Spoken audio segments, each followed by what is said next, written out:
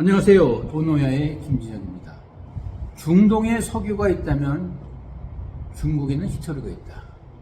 덩샤오핑의 말입니다. 그전에는 히토류에 대해서 별로 그렇게 큰 관심이 없었죠.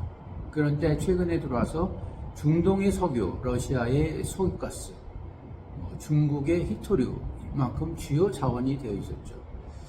이렇게 된 원인은 이제 손안에 펼쳐지는 또 하나의 세상이 만들어진 것이죠. 잘 아시는 2007년도에 애플이 아이콘으로 스마트폰으로 모든 것을 만들었기 때문이죠. 그리고 특히 놀이가 일의 중심으로 들어와서 호모 사피엔스에서 호모 모빌리언스로 이제 바뀌어 있는 것이죠.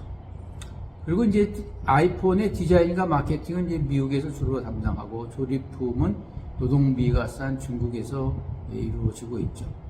그런데 여기 스마트폰에 꼭 들어가야 하는 히토류 금속들이 있죠.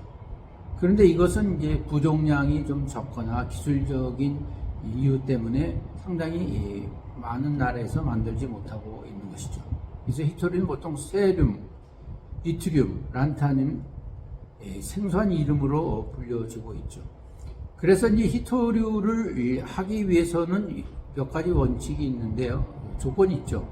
풍부한 매장량이 있어야 되는 광산이 있어야 되고, 두 번째가 저렴한 인건비와 고분고분한 노동자들, 그리고 환경 오염이나 노동권 침해에도 무릅쓰고 개인이 개발할 수 있는 여건인데, 히토류는 물론 땅이 넓고 전 세계에 많이 있죠. 그런데 이를 개발할 수 있는 세 가지 요건을 맞추고 있는 것은 중국밖에 없다. 이렇게 돼서 전체 이 히토류의 상당 부분을 중국에 의존하고 있는 것입니다.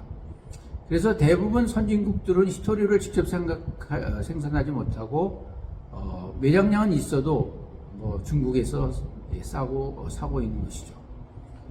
그리고 이제 방사성 원료인 프로메듐과 우라늄 정제로 미성năng 스칸듐을 제외하면은 사실은 희귀한 토양이라고 하지는 않습니다. 그런데 조립하는 과정에서, 채굴하는 과정에서 독소가 나오고 오염이 많이 나와 있는 것이죠. 특히 이제 환경 오염이 문제가 돼 있었죠. 그래서 이제 덕분에 이제 세계 최대 히토류 광산인 바오토 지역은 그야말로 심각할 정도로 중히토류가 매장되어 있는데, 개발 때문에 산림이 훼손되고 산이 붕괴되고 식수원이 오염되고 있다고 보고 있습니다.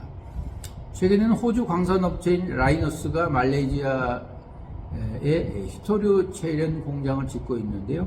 그래서 이제 호주에서 광석을 채굴해서 4,000km 떨어져 있는 말레이시아에서 운전하고 있는데, 이거에 대한 이제 환경 오염, 주민 피해 등이 야기돼서 상당히 문제를 일으키고 있습니다.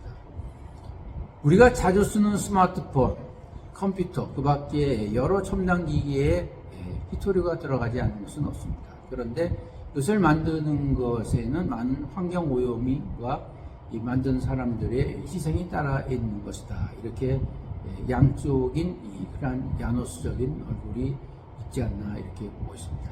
감사합니다.